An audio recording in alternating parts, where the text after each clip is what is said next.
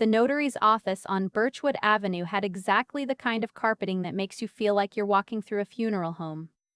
Dark burgundy, thick, the kind that absorbs sound and ambition in equal measure. I arrived 12 minutes early.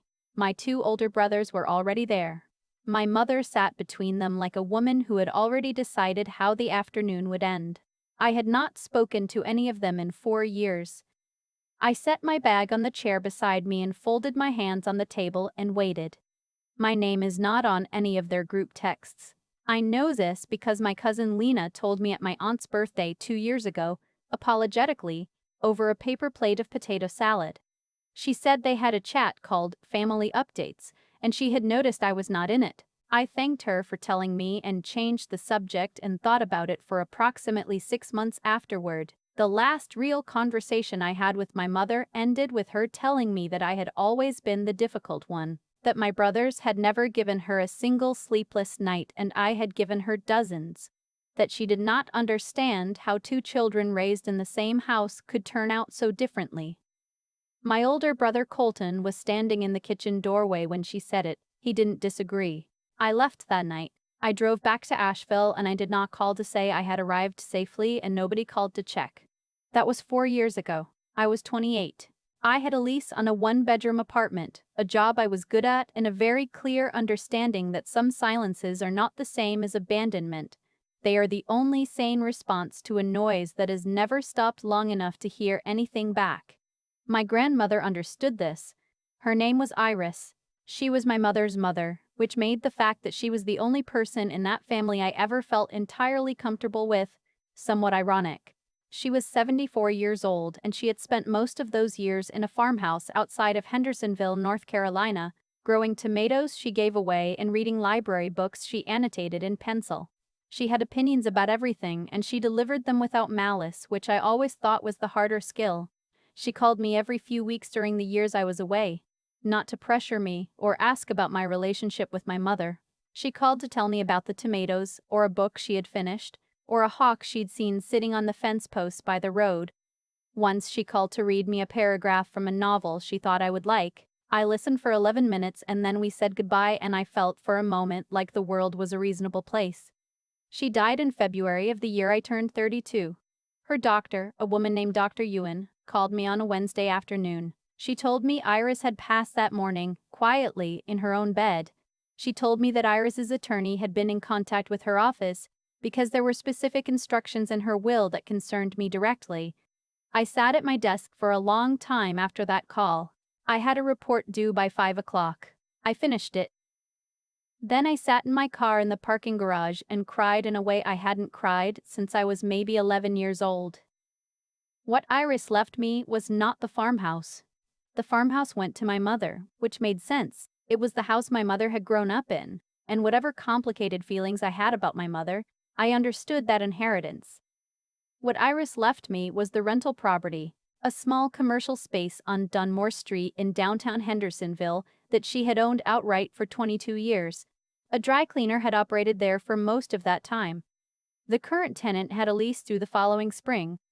It was not a large property. The assessed value was $112,000, which in that market was modest but not insignificant. More than that, it was the property Iris had mentioned to me once, maybe 3 years earlier during one of our phone calls. She had said she was thinking about what to do with it when she was gone. She said the boys, she always called my brothers the boys regardless of their ages, didn't need it. She asked me what I was doing with my money. I told her I had been saving, that I was putting away a percentage of every paycheck and that I had been doing it consistently since I was 24, that I had not bought a house yet because I was waiting until I understood exactly what I wanted. She made a sound on the phone, a quiet, approving sound. Then she said, "Good girl," and moved on to something else. I didn't think about the conversation again until Dr. Ewan called. My mother found out within a week.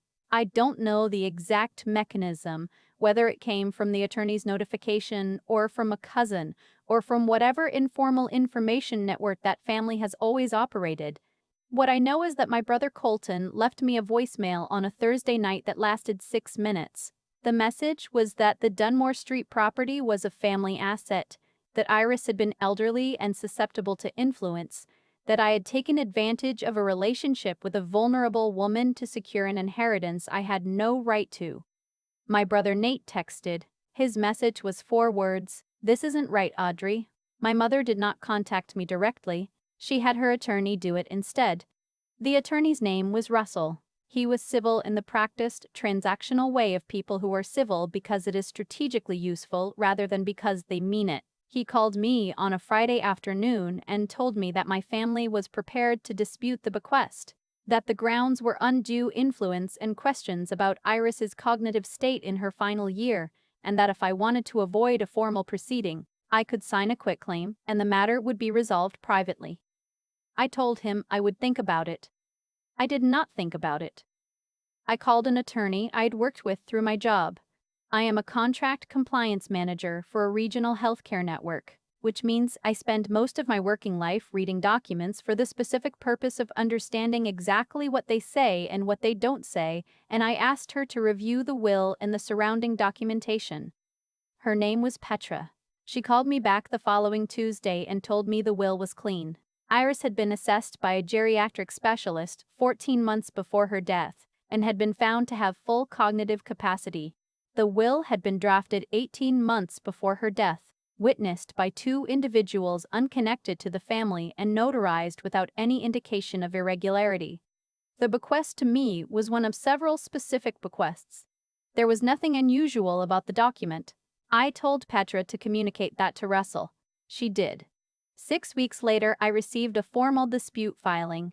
The proceeding was held on a Thursday morning in March at the Dunmore County Register of Deeds office, which handles small estate disputes in that jurisdiction. The room was plain, long table, 4 chairs on each side, a notary facilitator named Mr. Bowen, who had the quiet, practiced neutrality of someone who has seen too many families sitting across tables from each other to be affected by it anymore. My mother arrived with Colton and Nate and Russell. I arrived with Petra. My mother looked older. 4 years is long enough for that to be visible. Colton looked the same as he always had. Solid, certain, the particular expression of a person who has never seriously considered the possibility that he might be wrong about something. Nate wouldn't look at me directly. He stared at the middle distance between the table and the window, and I had the passing thought that of the 3 of them, he was the one most aware that this was not a comfortable situation to be in. Russell made the opening argument. He was thorough. He talked about Iris's age, her isolation in the final year of her life, the unusual circumstances of a bequest to an estranged granddaughter who had had no physical presence in the family during the period in question. He talked about the pattern of family relationships, the closeness my mother and brothers had maintained with Iris, their regular visits, their practical support. He described me as someone who had removed herself from the family structure and returned only at the point of financial benefit. My mother asked to speak. Russell had anticipated this and allowed it. She talked about the years of distance, the holidays I had not attended, the family events I had missed. She was measured at first, careful, the way you are when you have rehearsed something enough times that the performance has become almost indistinguishable from sincerity. She talked about how she had tried to reach me, how she had sent cards I never acknowledged, how she had asked my brothers to pass along messages. And then something shifted. I watched it happen. Her voice changed register, moved from prepared to something raw, something she'd been carrying for 4 years and had finally found a room and an audience and a context that felt like permission. She looked at me and said that I had always put myself first, that I had walked away from a family that loved me because I decided my own comfort was more important than the people who raised me. That whatever I had built in those 4 years, I had built it by burning down what they had given me. That sitting across from me now, knowing what I had done with her mother's trust, she felt nothing but ashamed that I was her daughter. The room was very quiet. Mr. Bowen looked at his notepad. Russell looked at his notes. Petra looked at his. I looked at my mother and I felt something I had not expected to feel, which was not anger and not grief exactly, but something closer to clarity. The particular clarity that comes when a person finally says the thing they have been thinking for years and you realize you already knew. Mr. Bowden cleared his throat gently. He looked at the folder on the table in front of me. He said, Miss Hale, do you have documentation to submit? I brought my folder to the table. Inside it were the following things: 31 letters I had written to Iris over 4 years. Most of them returned with her handwriting in the margins. Not corrections. Responses. Iris treated correspondence like conversation. She would circle a sentence I had written and write a question next to it, or underline something and write, exactly, or, I don't think so, explain. The letters looked like a dialogue because they were bank transfer records going back 40 months. I had sent Iris money on the first of every other month. Not large amounts. $200, sometimes $250. It had started because she mentioned, during one of our calls, that the property tax on the Dunmore Street building had increased that year and she was annoyed about it. I didn't tell her I was sending money. I just started sending it. She called me 6 weeks after the first transfer and said, "I see what you're doing," and I said, "I don't know what you mean." And she laughed and said, "Don't stop." A letter from my employer on company letterhead, signed by the regional director, confirming my position, my tenure, 7 years, and my professional responsibilities, which included contract review and compliance documentation for a network of 14 healthcare facilities across 3 states.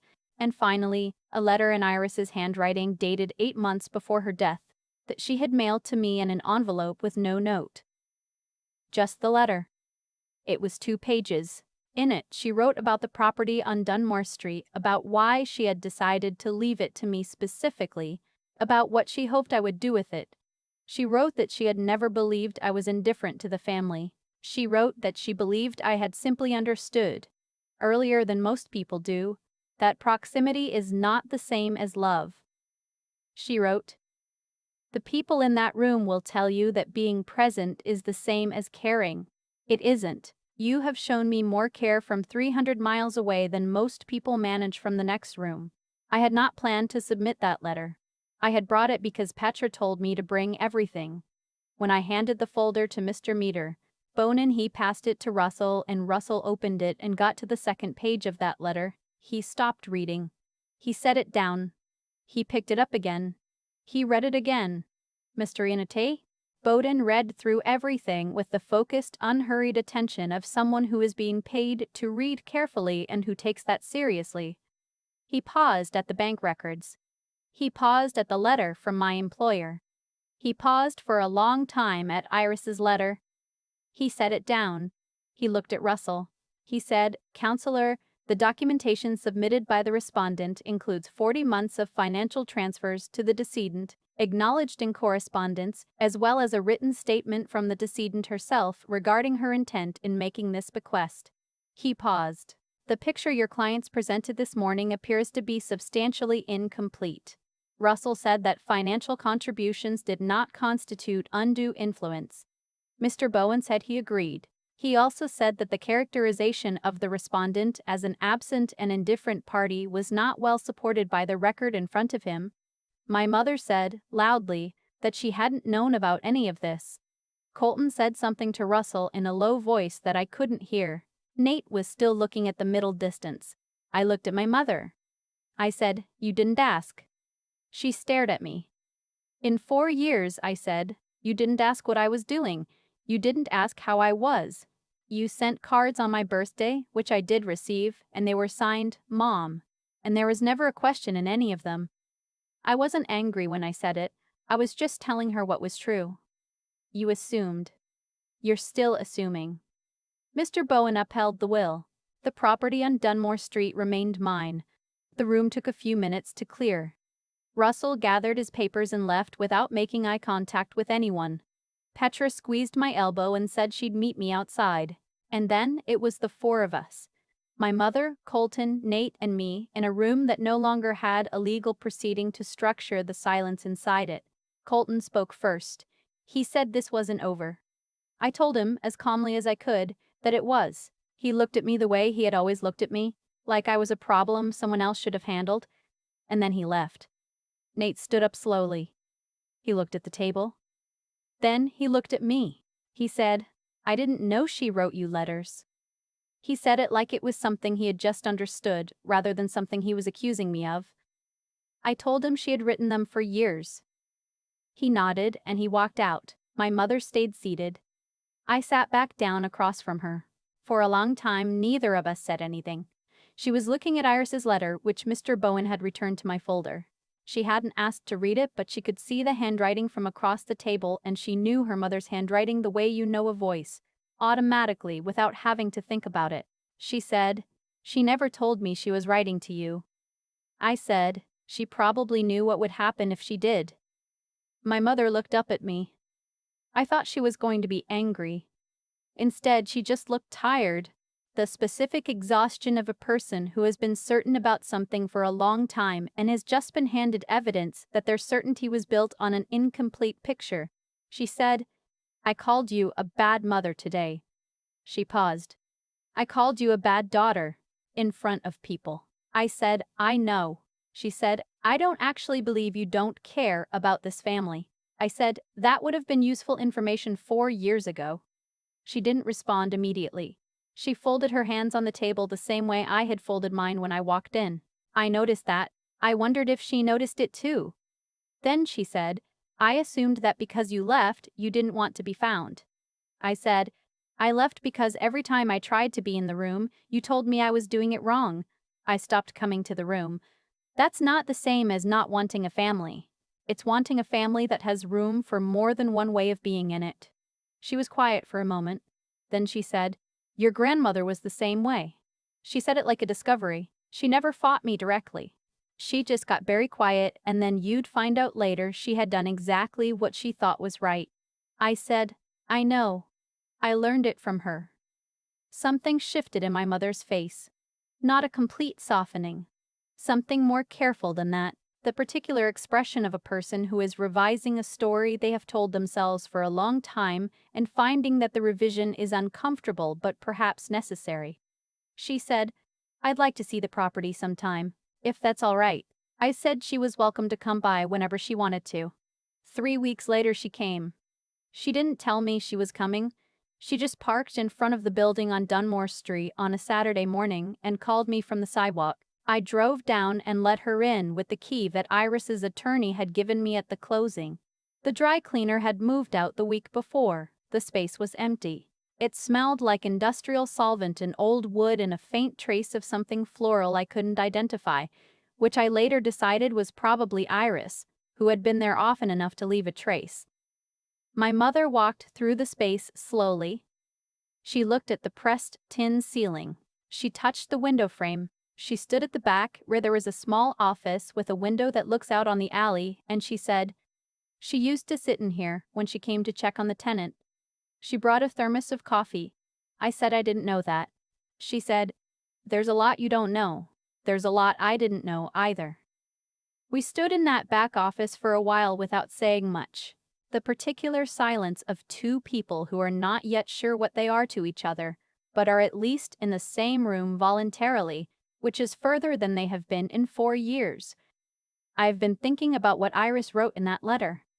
About proximity and love, about the way families tell a story about themselves that leaves certain people out, and then use the incompleteness of the story as evidence of the absent person's failures. I don't know yet what my mother and I are going to be to each other. I don't know if Colton will call. I don't know if Nate meant it when he said he hadn't understood about the letters. These things take time that I'm not sure everyone involved is willing to spend. What I know is that the property on Dunmore Street is mine, and the lease on the next tenant starts in 6 weeks, and I have a plan for it that has nothing to do with any of them. And I know that I kept writing to Iris even when I wasn't sure she was telling anyone I was writing, and I know that she kept writing back. That's the thing nobody in that room knew until Thursday morning. I was never gone. I was just somewhere they hadn't thought to look. If there's someone in your life you've written off as absent, a sister who stopped coming to dinners, a son who moved across the country and went quiet, I want to ask you something before you decide you know why they left. When did you last ask them, without any accusation in the question, what their life actually looks like? Not what you imagined it looks like, what it actually is. Because the person you think you know and the person sitting across from you might not be the same person at all. I've thought a lot about what it actually costs to stay quiet when the people who raised you have already decided who you are. Not quiet in the way of giving up, Quiet in the way Iris was quiet, doing the work anyway, writing the letters anyway, sending the money on the first of every other month anyway, even when nobody on the other side of the family knew it was happening and wouldn't have believed it if you told them. That kind of quiet is not weakness. It's the hardest kind of discipline there is, because it doesn't get witnessed. Nobody applauds it. You don't get to feel righteous about it in real time. You just do it, and you keep doing it, and you trust that at some point the record will be what it is. What happened in that room on Dunmore Street wasn't luck. It wasn't fate in any mystical sense. It was the direct, logical result of years of choices. Iris chose to write back. I chose to keep writing. I chose to send the transfers even when she told me not to. I chose to keep every letter not because I was building a case, but because they mattered to me, and I don't throw away things that matter. And when Russell sat across that table and described me as someone who had returned only for financial gain, the choices I had made were already there in a folder waiting to tell a different story. That's not cosmic justice. That's just cause and effect. Actions accumulate. They leave records. The truth about a person is not what their family says about them in a room, it's what they actually did when no one was watching. Colton walked out of that room the same person he walked in as. That's his choice to live with, not mine. But my mother stayed, and that one decision, to sit back down instead of following her attorney out the door, told me something about her I hadn't let myself believe in years. That somewhere underneath the certainty and the years of accumulated grievance, there was still a person capable of revision, of sitting in an empty commercial space that smelled like industrial solvent and saying, out loud, that there was a lot she hadn't known. I'm not going to tell you that everything is repaired. It isn't. 4 years of silence doesn't dissolve in one Saturday morning. But I've learned, the hard way, through trial and error and a lot of lonely Thanksgivings, that integrity is not something you perform for an audience. You can't build it quickly and you can't fake it. You build it in the small choices, the ones that feel tedious and thankless and invisible. You build it by being, consistently, the person you would want to be even if no one ever found out. And then, sometimes, someone does find out. A notary reads a dead woman's handwriting in a conference room in March, and the whole false story collapses. Iris knew who I was not because I told her, but because I showed her consistently, over years, in ways she could hold in her hands. That's what I want to carry forward. Not the victory in that room, not the property on Dunmore Street, the understanding that the clearest conscience you can have is the one you build quietly, without an audience, long before anyone ever asks to check.